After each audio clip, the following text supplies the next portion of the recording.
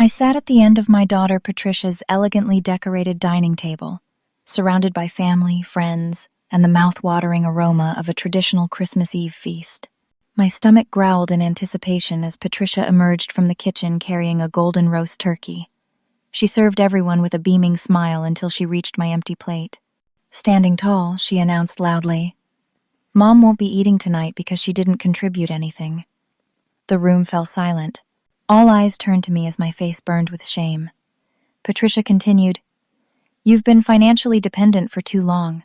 Humiliated and hungry, I quietly left the table with tears welling in my eyes, remembering the decades I spent supporting this ungrateful daughter who now controlled every penny I had. I never imagined my life would come to this point.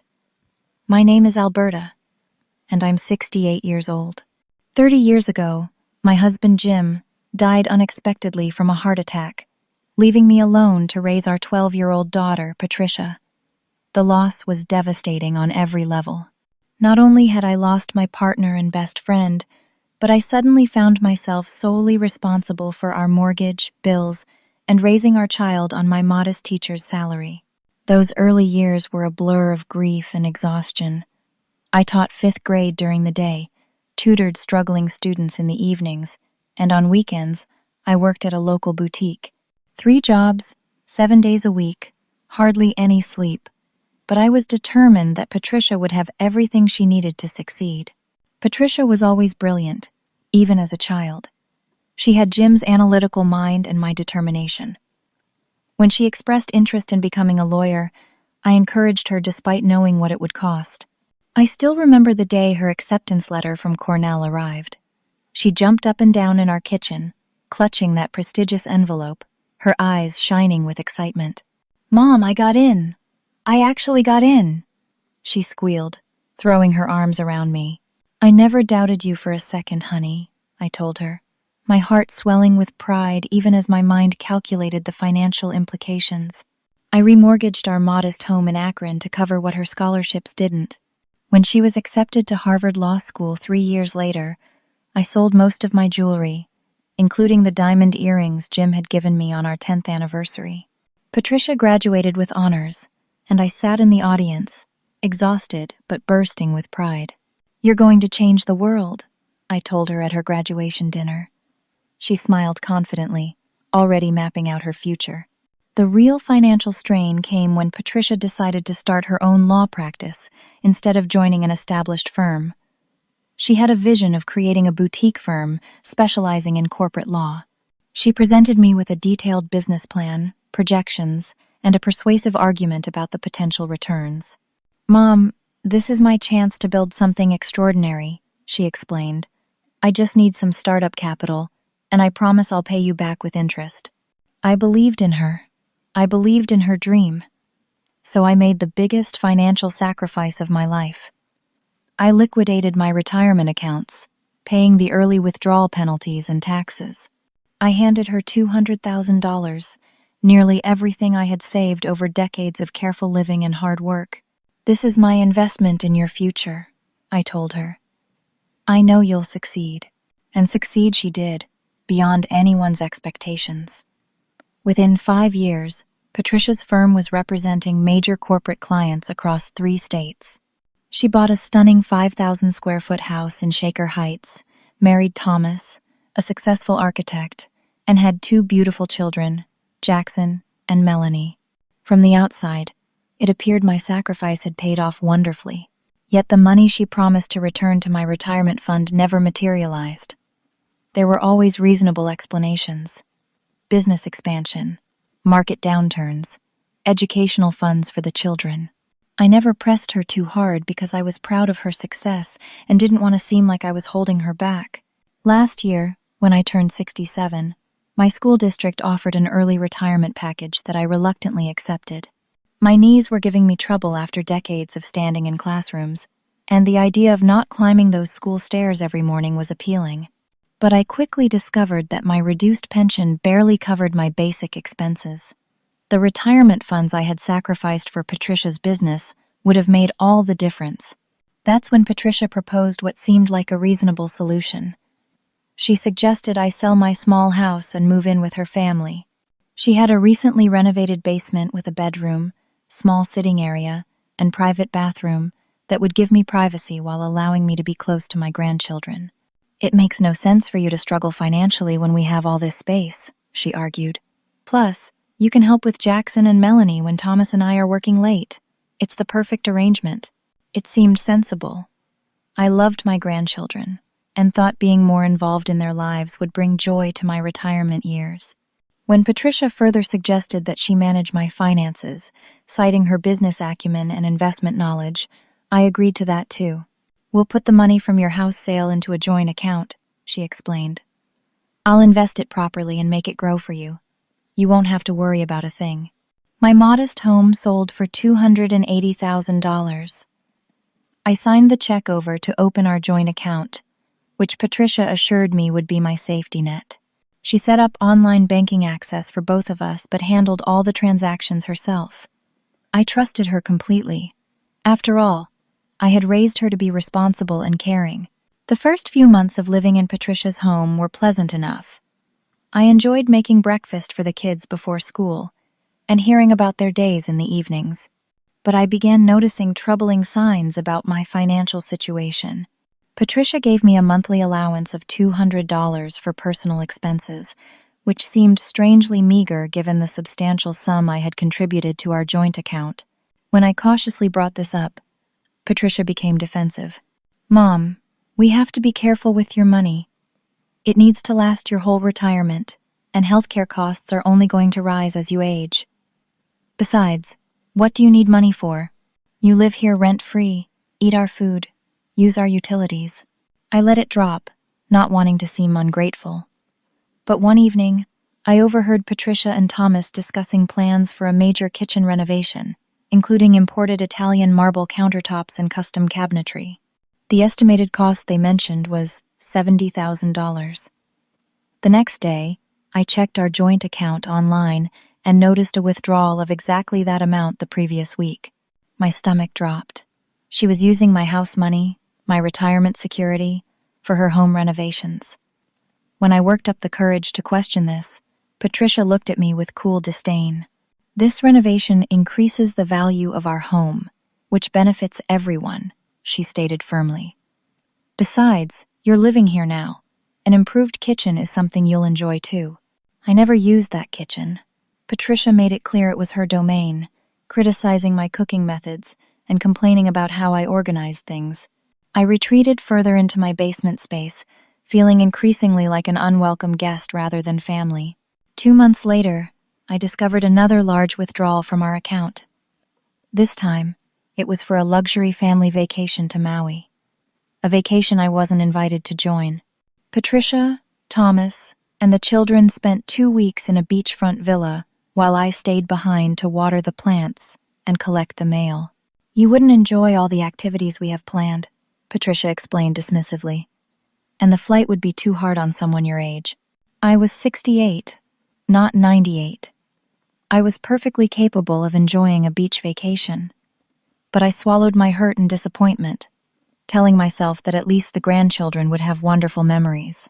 By the time Christmas approached, I had been living in Patricia's home for nearly a year, and our joint account had dwindled from $280,000 to just under $175,000.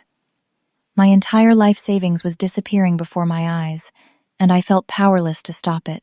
The financial control was just the beginning.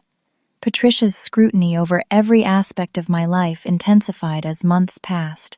She questioned my small purchases, examined receipts I brought home, and made snide remarks about wasteful spending when I bought anything beyond bare necessities.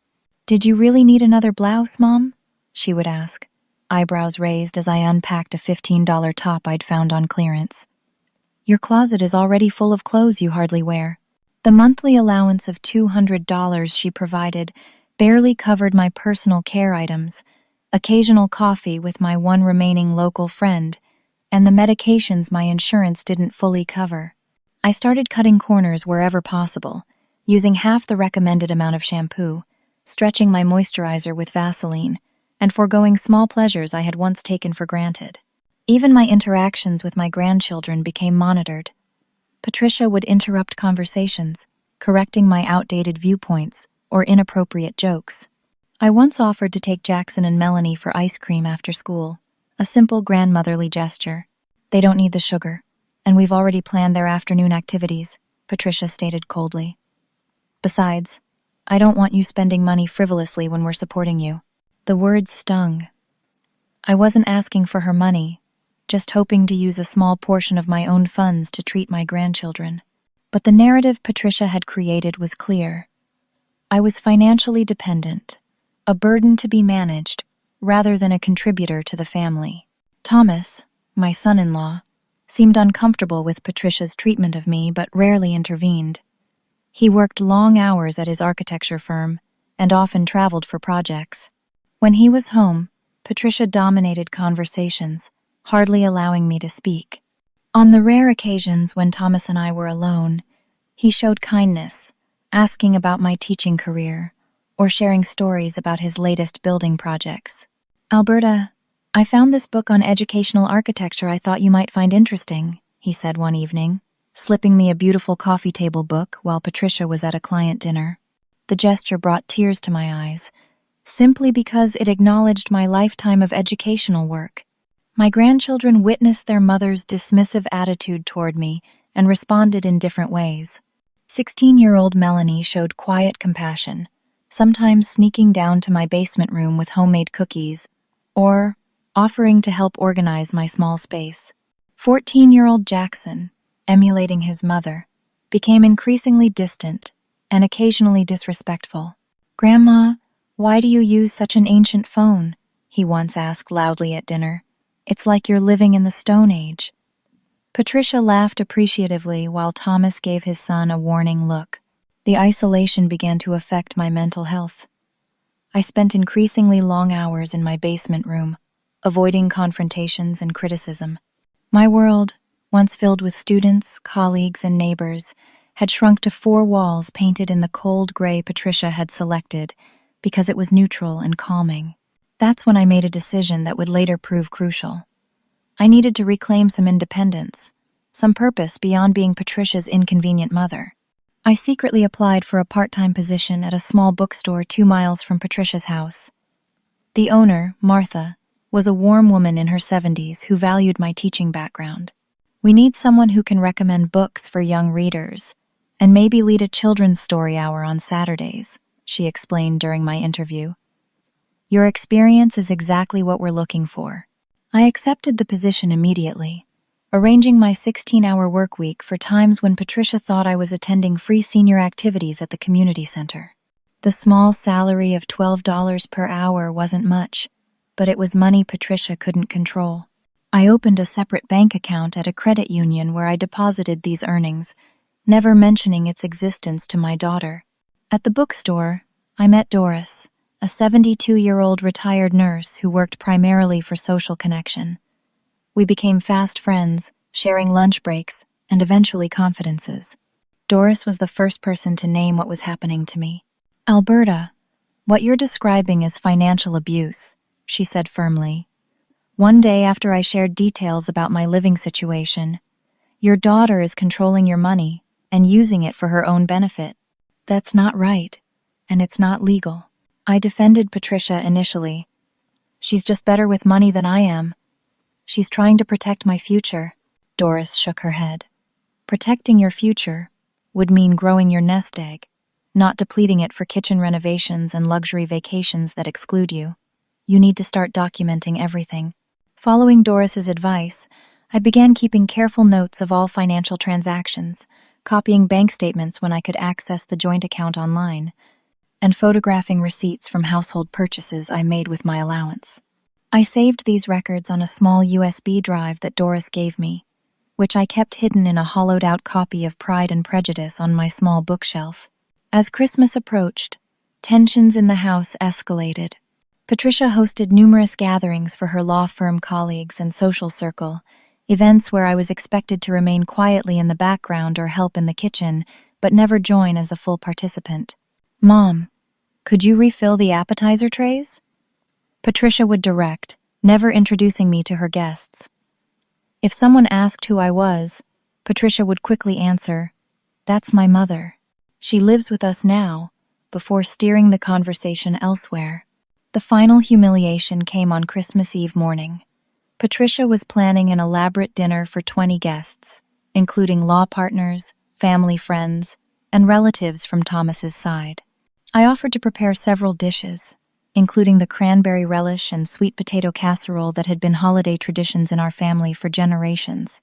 "Actually, Mom, I've hired caterers," Patricia said dismissively. "They have specific recipes they're following. I don't need your help." "I could at least help set the table or arrange the flowers," I suggested, eager to contribute something to the celebration. Patricia sighed heavily. "The table was set yesterday, and the florist is delivering arrangements at noon. Just stay out of the way so the staff can work efficiently." "What would you like me to wear tonight?" I asked, trying to maintain some dignity. "Should I coordinate with the family photos?" Patricia barely looked up from her tablet, where she was reviewing the evening's schedule. "Whatever you want is fine. You'll just be sitting at the end of the table anyway." I retreated to my room, hurt but determined to make the best of the holiday. I wrapped the small gifts I'd purchased for the family with my bookstore earnings, simple but thoughtful items I hoped would show my love despite our strained relationship. For Patricia, I had found a first edition of a law book she had mentioned admiring. It had cost nearly 2 months of my careful savings, but I wanted to make a gesture that might begin healing whatever had broken between us. Little did I know that the evening would bring a humiliation so profound, it would change everything. Patricia's house was transformed for Christmas Eve. Twinkling lights adorned every surface. A 12-foot tree dominated the living room, and the air was filled with the aroma of gourmet food being prepared by the catering staff. I dressed carefully in a deep red sweater and black slacks, adding the pearl earrings Jim had given me on our first Christmas together. I wanted to feel presentable, dignified, despite my daughter's dismissive attitude. Guests began arriving at 6. I stood awkwardly near the entrance, offering greetings that were quickly overshadowed by Patricia's effusive welcomes. Thomas's parents arrived with armfuls of beautifully wrapped presents, giving me brief, uncomfortable hugs. "Alberta, you're looking." "Well," Thomas's mother Nancy said without conviction. I later overheard her asking Patricia if I was doing all right mentally these days. Patricia responded with a meaningful sigh and whispered something I couldn't catch, but that made Nancy glance at me with pity. By 7 o'clock, all 20 guests were present, including Patricia's law partners, some extended family, and several friends I'd never met. We gathered in the dining room, where the long table gleamed with crystal and silver. Name cards designated each person's place. Mine was at the far end, separated from the rest of the family who clustered around the head of the table where Patricia would sit. Everyone took their seats amid cheerful conversation. The caterers began serving the first course, a delicate butternut squash soup. Everyone received a steaming bowl except me. I waited, thinking perhaps they were serving in some particular order. The second course came, a festive salad with candied nuts and cranberries. Again, my place remained empty. Finally, as the main course was being distributed, Patricia stood and tapped her crystal water glass with a silver spoon. The room fell quiet. "Before we continue with our meal, I want to address something," she announced, her voice carrying clearly across the table. "You may have noticed that my mother hasn't been served. That's intentional." My heart seemed to stop as all eyes turned to me. In this household, we believe that everyone should contribute in some way to earn their place at the table. My mother has been living with us for nearly a year now, completely dependent on our support. Patricia's voice was calm, matter of fact, as if she were presenting evidence in court. She has contributed nothing to this holiday meal, neither financially nor in effort. So, tonight, she will observe rather than participate. The silence that followed was excruciating. I felt my face burning with humiliation, my eyes stinging with tears I refused to shed publicly. Thomas looked down at his plate, clearly uncomfortable but unwilling to contradict his wife. Jackson smirked slightly, while Melanie stared at her mother in shock.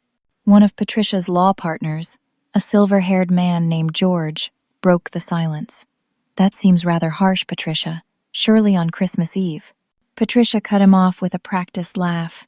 It's actually a valuable lesson about self-sufficiency that my mother needs to learn. She's become too dependent, expecting everything to be provided without giving anything in return.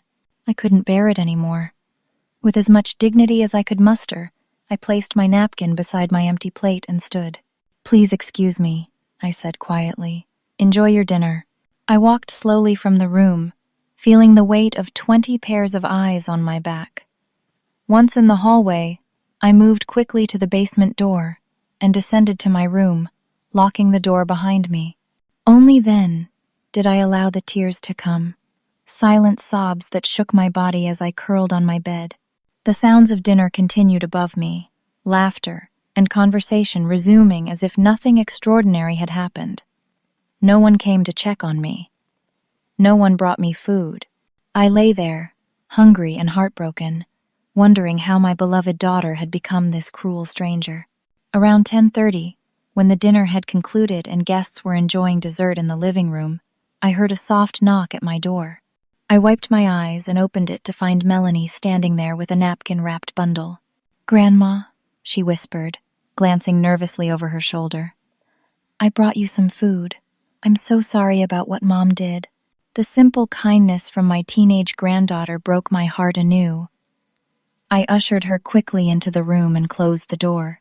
"Thank you, sweetheart, but you shouldn't risk getting in trouble," I told her. "What Mom did was wrong," Melanie said fiercely. "Dad thinks so too, but he never stands up to her anymore." I unwrapped the napkin to find turkey, potatoes, and a slice of pie.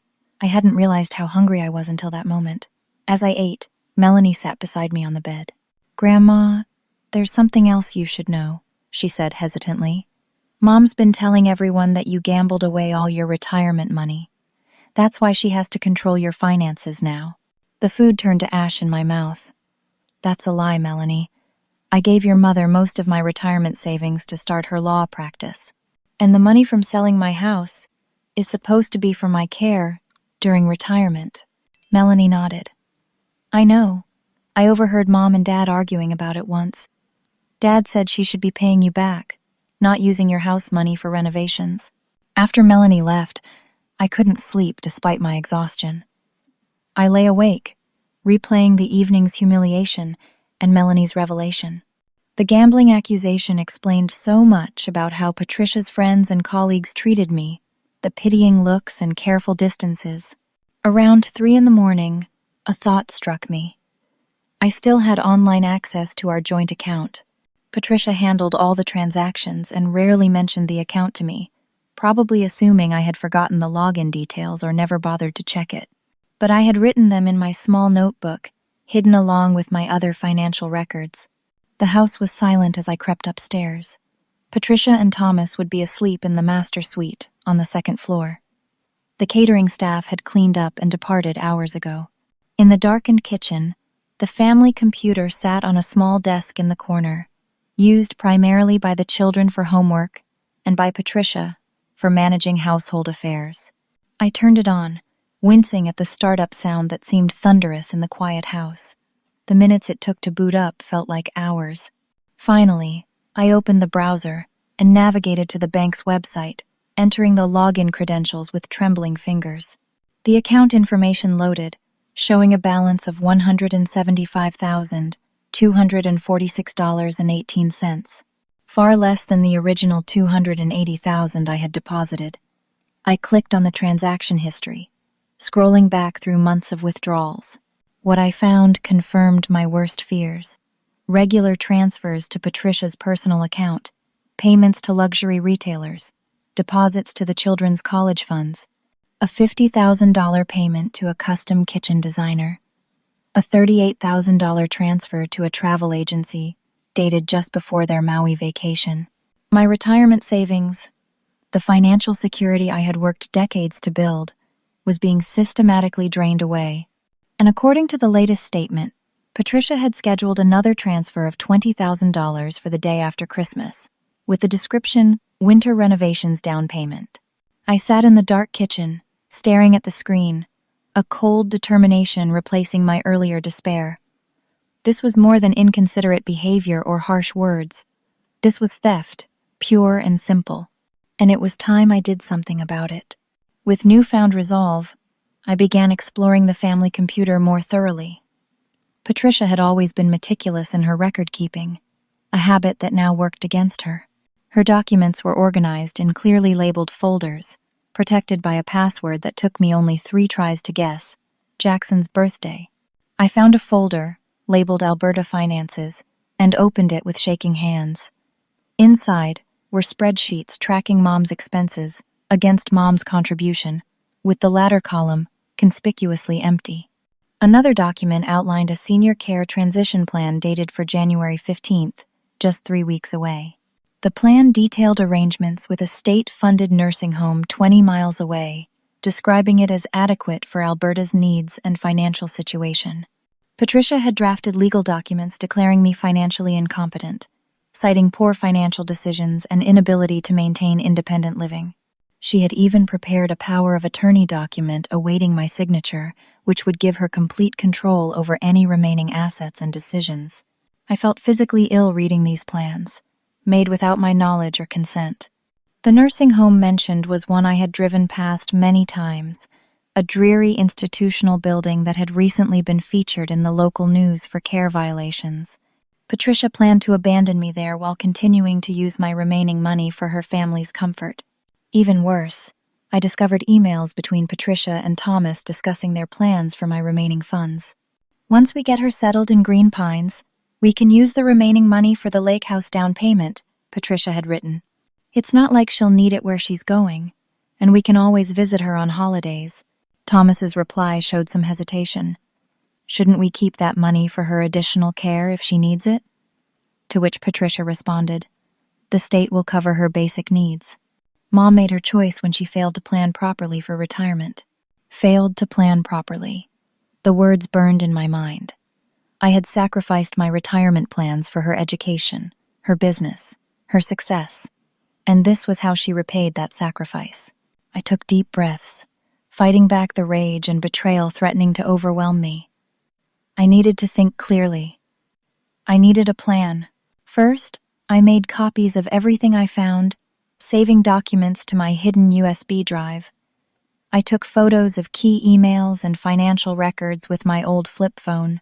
I needed evidence of what Patricia had done, what she was planning to do. Then I looked again at our joint bank account. The terms stated clearly that either party could make transactions without the other's approval. Patricia had set it up this way for her convenience, never imagining I would act independently. This was my one advantage. With careful deliberation, I opened a new browser tab and navigated to the website of my former bank, the one I had used for decades before moving in with Patricia. I still remembered my online banking credentials and was relieved to find my old accounts still existed, though with minimal balances. Working methodically, I created a new savings account under my name only. Then, returning to the joint account page, I initiated a transfer of $175,000 to my new personal account. The system asked if I wanted to proceed with this large transfer. I clicked yes. A notification appeared that the transfer had been initiated and would be completed by the next business morning. I took a screenshot of the confirmation as additional proof, then carefully cleared the browser history and shut down the computer. But I wasn't finished. I returned to Patricia's document folders and found her personal financial records. What I discovered confirmed what I had long suspected. Patricia's successful law practice had made her wealthy, with investments and accounts totaling well over $3 million. She had never needed my money. Taking it had been a choice, not a necessity. I also found evidence of something more troubling. In a folder marked tax planning, I discovered documents showing Patricia had been significantly underreporting her law firm's income to the IRS, hiding substantial amounts in offshore accounts. I photographed these documents as well, not yet knowing how I might use this information, but understanding it could be important. As I closed the folders and prepared to return to my room, I noticed a document on the desktop titled Green Pines Admission January. Opening it, I found the completed paperwork for my admission to the nursing home, scheduled for January 15th, with a non-refundable deposit already paid. Every detail had been arranged without my knowledge or consent. The betrayal cut deep, but instead of despair, I felt a cold clarity. I had raised Patricia alone after Jim died, working multiple jobs to give her every opportunity. I had supported her dreams, celebrated her successes, and loved her unconditionally. In return, she had taken my savings, planned to discard me in a substandard facility, and humiliated me in front of family and friends. It was time to take back control of my life. It was time for justice. Back in my room, I sent a text message to Doris. "Need your help tomorrow morning. Can you pick me up at 8? We'll explain everything." Her reply came quickly. "Of course. Are you okay?" I responded simply, "I will be." Then I packed my essential belongings into my old suitcase, the one I had brought when moving into Patricia's home a year ago. Clothes, medications, important documents, and the few mementos of Jim I had kept. I worked quietly, methodically, preparing for what would likely be my final exit from my daughter's house. As dawn approached, I lay on my bed fully dressed, waiting for morning to arrive. For the first time in months, despite the pain and betrayal, I felt something like peace. I had a plan, I had evidence, and most importantly, I had reclaimed my agency. Patricia had shown me exactly who she was at that Christmas Eve dinner. Now it was time to show her exactly who I was. Not a burden to be managed, but a woman who had survived widowhood, raised a child alone, built a teaching career, and wasn't about to let anyone, even her own daughter, steal her dignity or her future. I dozed fitfully as the first light of Christmas morning filtered through my small basement window. Above me, I could hear the children waking up, their excited voices calling out about presents and stockings. In a few hours, Patricia would discover what I had done, and then the real confrontation would begin. I awoke fully at 6:30, hearing the excited voices of Jackson and Melanie upstairs as they discovered their Christmas stockings. Under different circumstances, I would have joined them, sharing in their joy and the family celebration. Instead, I checked my phone to confirm Doris was still coming at 8, then quietly continued preparing for my departure. I wrote a brief note to Thomas and the children, explaining that I needed to leave but that I loved them and would be in touch when I could. I placed their Christmas gifts on my neatly made bed, each tagged with a personal message. For Melanie, a vintage copy of Little Women that had been mine as a girl. For Jackson, despite his recent attitude, a model architecture kit I thought might appeal to his creative side. For Thomas, a leather-bound journal I had noticed him admiring in a store window. There was no gift for Patricia. The expensive law book remained wrapped in my suitcase, a reminder of the relationship I had hoped to rebuild, a hope now replaced by the necessity of self-protection. At 7:30, I heard Patricia's voice joining the children upstairs, followed by Thomas's deeper tones. They would be opening presents now, exclaiming over gifts and taking photos. I used this time to carry my suitcase up the basement stairs and place it by the side door that led to the driveway where Doris would park. I was just returning to gather my last few items when my phone buzzed with a text. It was from my bank, an automatic notification that a large deposit had been received. The transfer had gone through. My money was secure in my own account. Almost simultaneously, I heard Patricia's phone ringing upstairs, followed by her annoyed voice answering. Then silence. Then a scream of rage that made the hair on my neck stand up. "What? That's impossible!" Patricia shouted. "Check again." Heavy footsteps pounded above me, moving frantically. I took a deep breath and walked up the stairs into the kitchen, knowing confrontation was inevitable and choosing to meet it on my terms rather than being hunted down. Patricia burst into the kitchen, her face contorted with fury, still clutching her phone. She froze when she saw me standing calmly by the counter, fully dressed with my purse over my shoulder. "What have you done?" she demanded, her voice shaking. "The bank called about a large transfer from our joint account. $175,000. My money," I corrected her quietly, "from the sale of my house. Money you've been spending on kitchen renovations and Hawaiian vacations." Patricia's face flushed red. "That account was for your care. For your living expenses. Is that why you were planning to use it as a down payment on a lake house? After dumping me at Green Pines nursing home on January 15th? I kept my voice steady, watching her eyes widen with the realization that I knew her plans. You went through my private files? She sputtered. That's invasion of privacy. It's illegal. No more illegal than financial elder abuse, I replied. Or tax fraud. The color drained from Patricia's face. You had no right, she whispered. I had every right. It's my money, my life. And as of today, my choice. Thomas appeared in the doorway, looking confused. What's going on? We're in the middle of opening presents.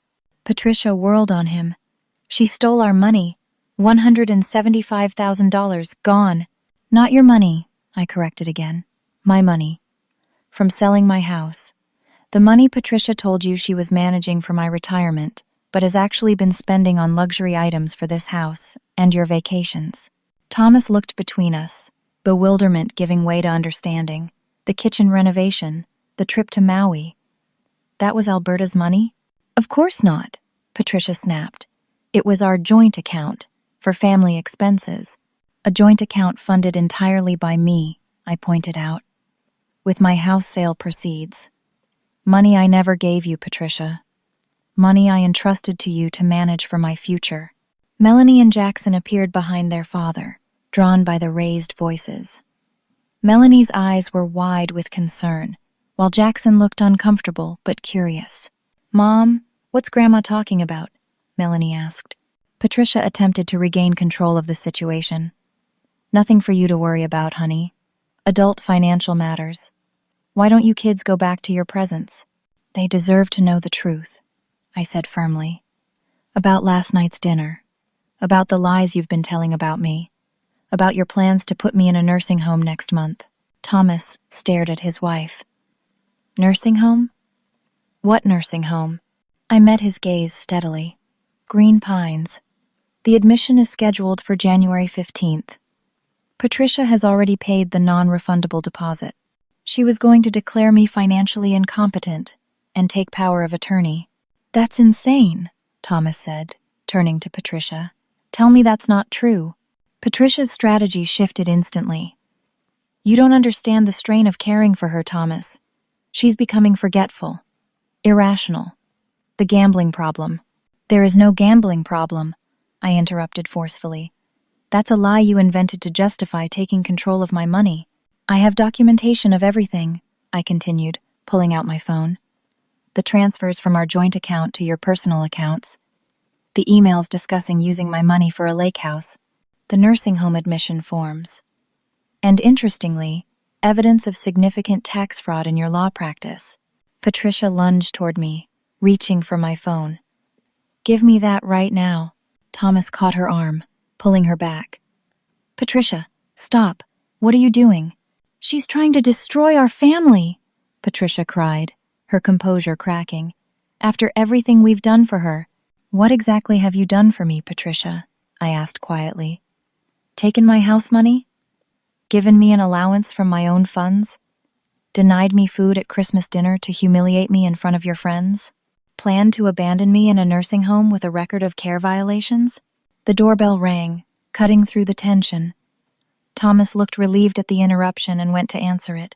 That's my ride, I told Patricia. I'm leaving. You can't leave, she hissed. You have nowhere to go. No money. I smiled for the first time that morning. I have $175,000 in my personal account.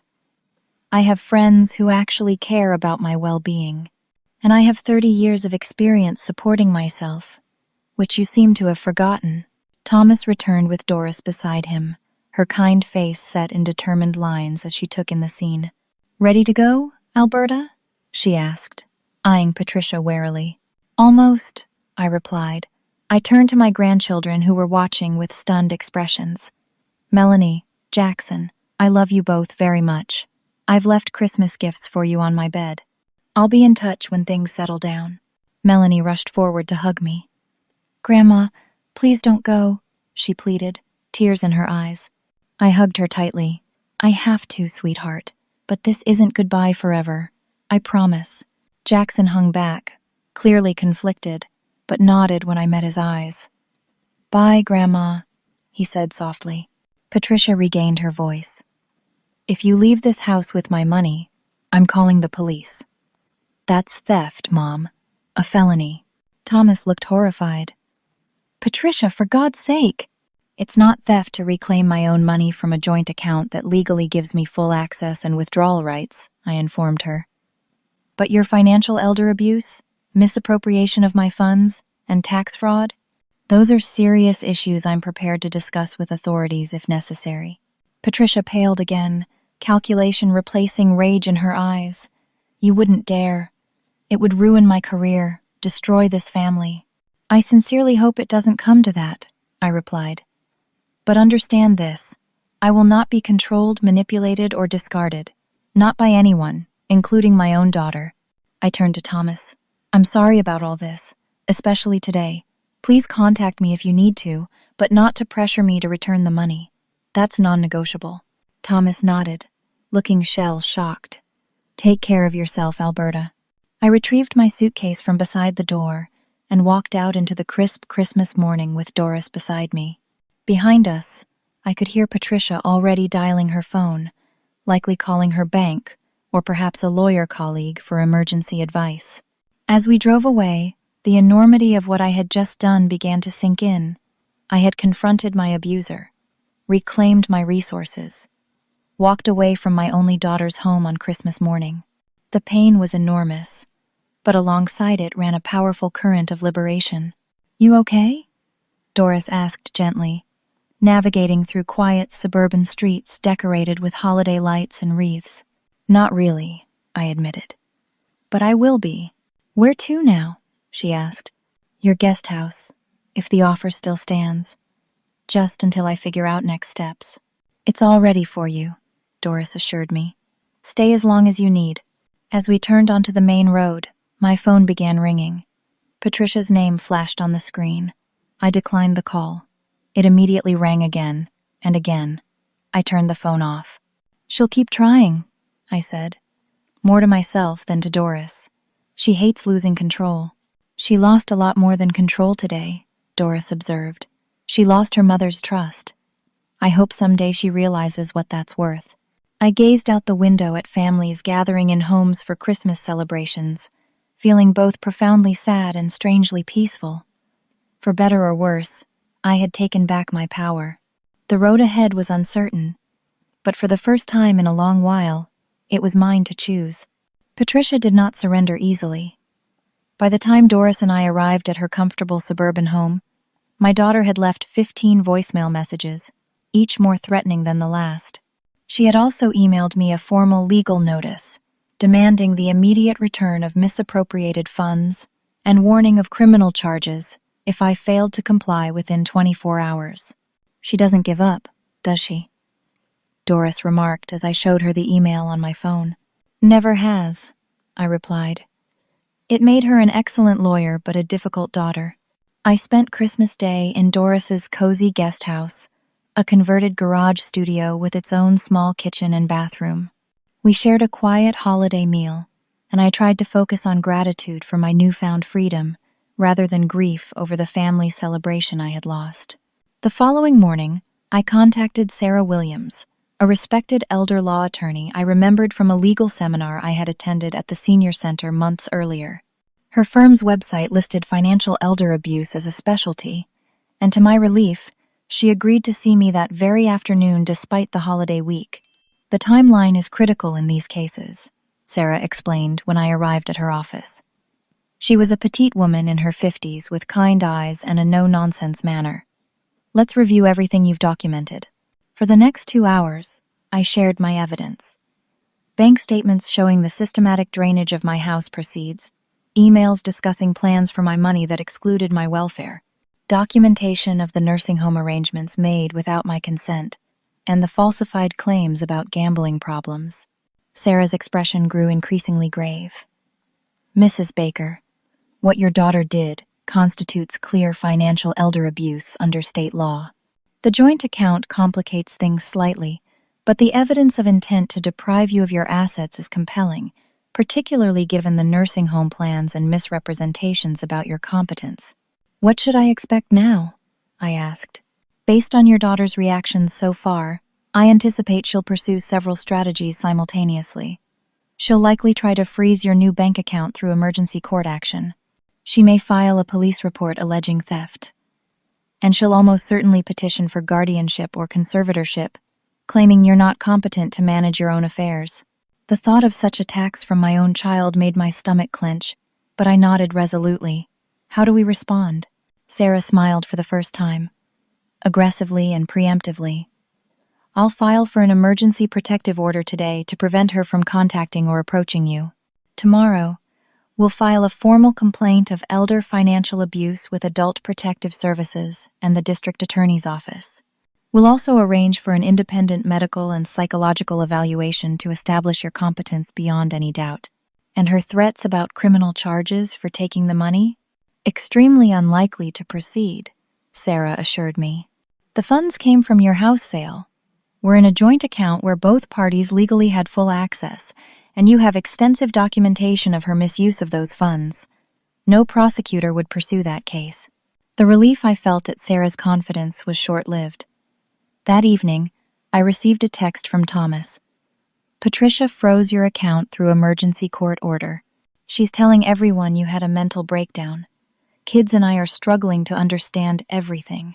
Can we talk soon? Sarah had anticipated this move.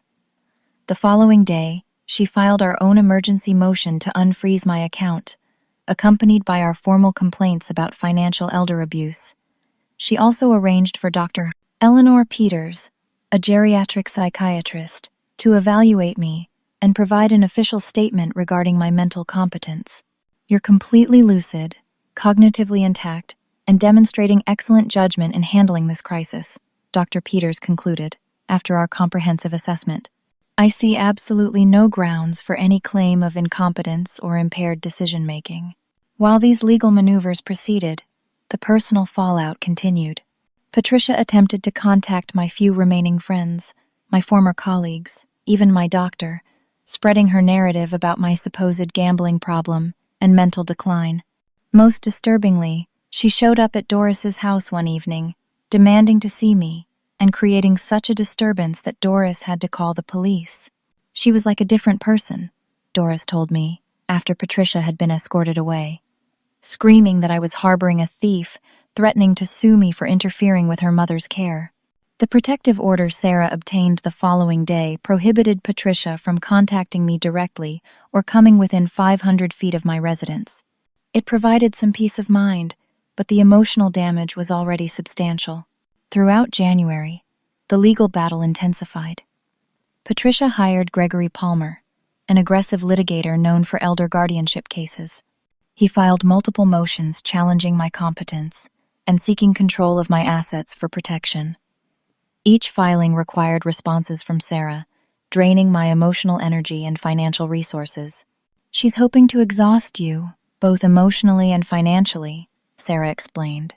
It's a common tactic in these cases. The abuser tries to make fighting back more painful than surrendering, but I refused to surrender. I had returned to work at the bookstore, finding solace in the routine and supportive environment. Martha increased my hours, and I discovered a talent for leading children's reading groups that brought joy to my days despite the ongoing legal stress. In early February, an unexpected development changed the trajectory of our battle. Thomas called me one evening, asking to meet privately. We arranged to meet at a quiet cafe halfway between our homes. Alberta, I need to tell you something, he began, looking haggard and older than his 47 years. I've left Patricia. I've taken the kids to stay with my parents while I figure things out. I reached across the table to squeeze his hand. I'm so sorry, Thomas. He shook his head. Don't be. This has been building for years. Your situation just finally opened my eyes to who Patricia has become. He hesitated, then continued. She's not the woman I married. The ambition, the materialism, the control issues, they've consumed her. What she did to you was the final straw. How are the children? I asked, my heart aching for my grandchildren caught in this family earthquake. Struggling, he admitted. Jackson is angry at everyone. Melanie is devastated but relieved in some ways. She told me she's been afraid of becoming like her mother. Thomas looked down at his coffee cup. Patricia told them terrible things about you after you left. That you stole from the family. That you were mentally unstable. That you never really loved them.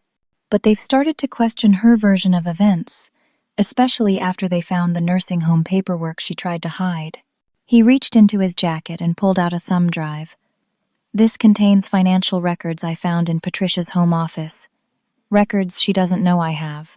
There's evidence of her shifting your money into our personal accounts, documentation of the tax irregularities you mentioned, and emails with her financial advisor discussing plans for your remaining funds after your placement in Green Pines. I stared at the small device. Thomas, this could ruin her career if it became public. I know, he said grimly. And that's her greatest fear. More than losing me or even the children, Patricia fears losing her professional standing, her firm, her reputation. Why are you giving this to me? I asked. Because it's right, he said simply. And because I want my children to see that in our family, we eventually stand up for what's right, even when it's difficult, even when it's too late. He paused. I should have stood up for you at Christmas, Alberta. I'll always regret that I didn't. This evidence proved decisive. Sarah used it to strengthen our case, presenting it first to Patricia's attorney in a private meeting. Within 48 hours, Patricia's legal offensive collapsed. Her emergency petitions were withdrawn. The freezes on my accounts were lifted. Her attorney reached out to propose settlement discussions. She's realizing she can't win this fight, and continuing could expose her to serious professional consequences, Sarah explained. The tax issues alone could trigger an IRS investigation and potential disbarment proceedings. The settlement negotiations were tense, but productive. Patricia agreed to formally acknowledge my full ownership of the recovered funds, withdraw all claims about my mental competence, and provide a written apology for the financial exploitation. In return, I agreed not to pursue criminal charges or report her to the Bar Association regarding the tax irregularities Thomas had discovered. Is this truly what you want? Sarah asked when we reviewed the final agreement. You have a strong case for more significant consequences. I considered the question carefully. What I want is my independence, my dignity, and eventually, some kind of relationship with my grandchildren. This agreement gives me the first two. The third will take more time and healing. The legal battle formally ended in mid-March, almost 3 months after that fateful Christmas dinner. The emotional wounds, however, would take much longer to heal. During this period, I had rebuilt my life piece by piece. Doris's guest house had become my temporary home, though I was now searching for a small apartment of my own. I worked 30 hours a week at the bookstore, enjoying the financial independence and social connections it provided. I spoke regularly with Thomas, who had filed for divorce from Patricia and was helping the children adjust to their new family reality. Melanie visited me several times, our relationship growing stronger through honest conversations about family dynamics and the importance of boundaries. Jackson remained distant, but had recently agreed to join Melanie for an upcoming visit, a small step I cherished. Patricia remained the great absence in my new life. Since the settlement, she had maintained legal distance as required, communicating only through attorneys when necessary. I heard from Thomas that her law practice was struggling as rumors of the family conflict spread through professional circles. She had sold their large house, moving into a smaller condominium closer to her office. I felt no pleasure in her difficulties, only sadness for the relationship we had lost and the pain that rippled through our family. Yet I also felt a growing strength, a certainty that I had done what was necessary to protect myself from exploitation, and a hope that someday something healthier might grow from these painful roots. 6 months after that life-changing Christmas Eve, I stood in the center of my new apartment, a modest but bright one-bedroom on the second floor of a well-maintained building for seniors. Sunlight streamed through windows overlooking a small community garden where residents grew vegetables and flowers in raised beds. At 68, I was among the younger residents, which amused me after months of fighting Patricia's claims about my inability to live independently. My new home was simply furnished with a mix of items from my former house that Thomas had retrieved from Patricia's basement, supplemented by affordable new pieces that reflected my taste rather than my daughter's. On the wall hung photographs of Melanie and Jackson, alongside vintage pictures of Jim and Patricia as a child, memories of happier times I chose to honor despite recent pain. The proceeds from my house sale, now securely invested with a legitimate financial advisor, provided me with sufficient income to supplement my teacher's pension. I continued working part-time at the bookstore, not from necessity, but for the joy and purpose it brought to my life. My children's reading hour had become so popular that Martha had expanded it to twice-weekly sessions, complete with themed activities I designed based on my decades of teaching experience. Doris remained my closest friend, a steadfast support through the darkest days of the legal battle, and a cheerful companion in my new beginning. We had dinner together every Wednesday, alternating between cooking at home and trying local restaurants. "I never imagined I'd start over at my age," I told her one evening as we shared a meal on my small balcony. "But there's something liberating about building a life entirely of my own choosing." Doris smiled.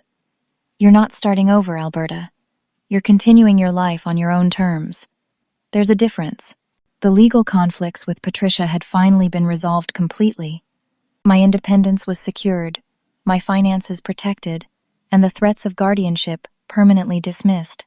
Sarah had helped me create a comprehensive estate plan with clear directives for my care should I ever become unable to manage my own affairs in the future. This time, I named Doris as my healthcare proxy and designated a professional fiduciary to manage financial matters if needed.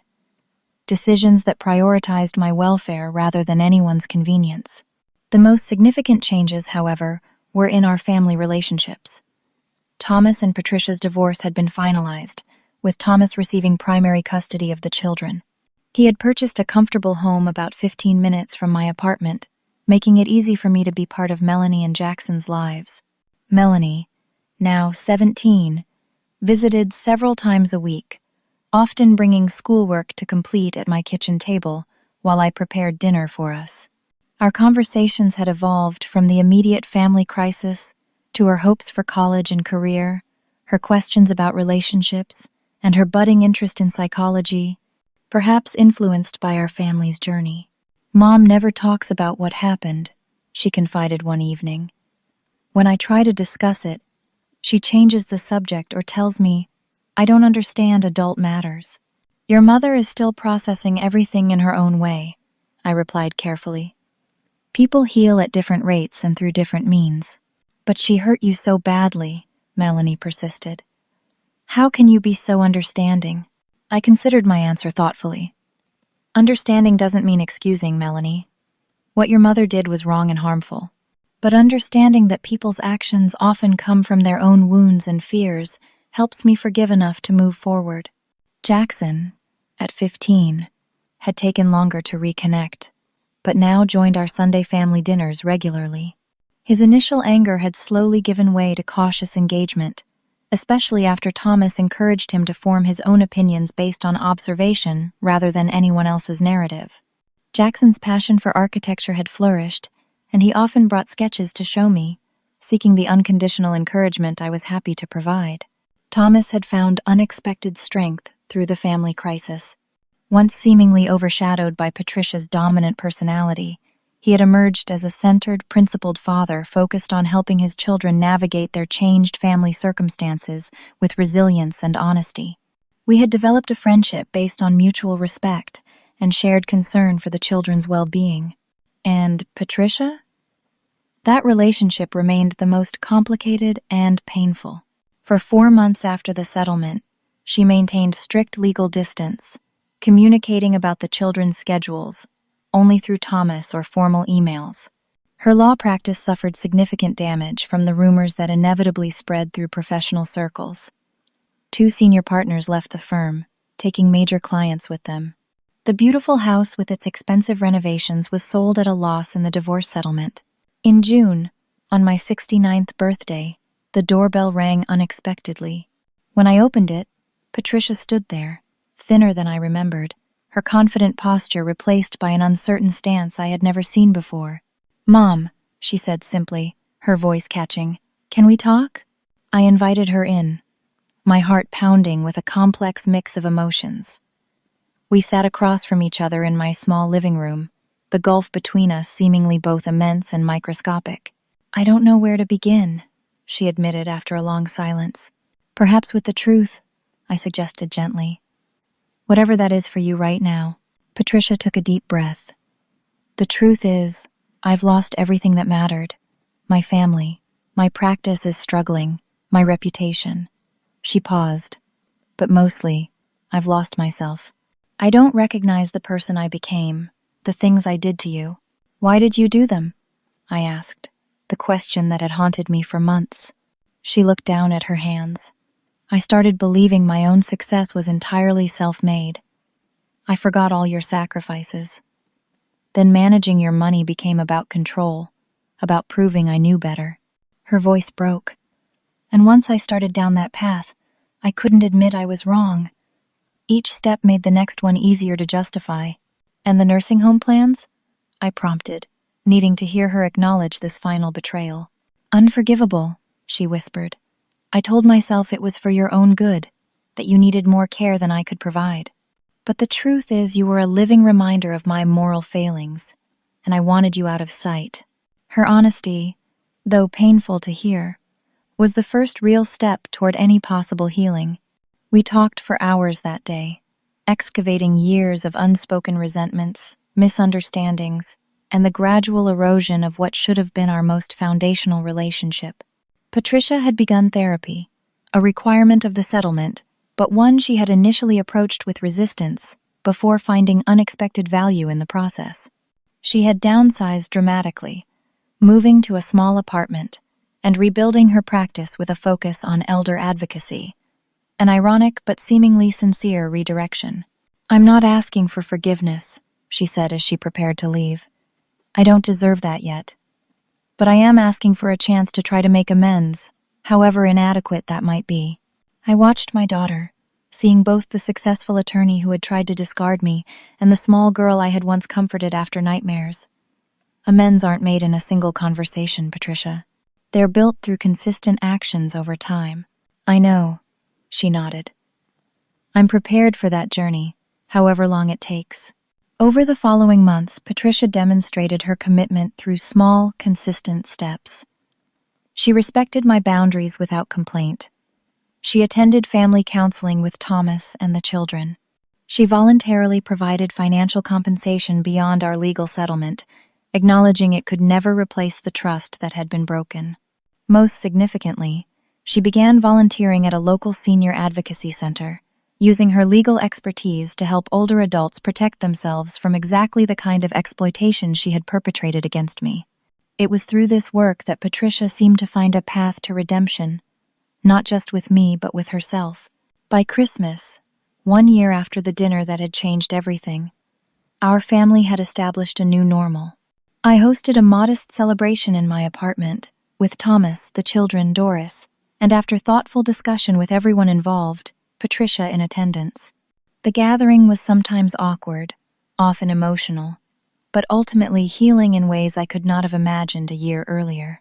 As we shared a meal that everyone had contributed to preparing, I looked around the table and felt an unexpected sense of peace.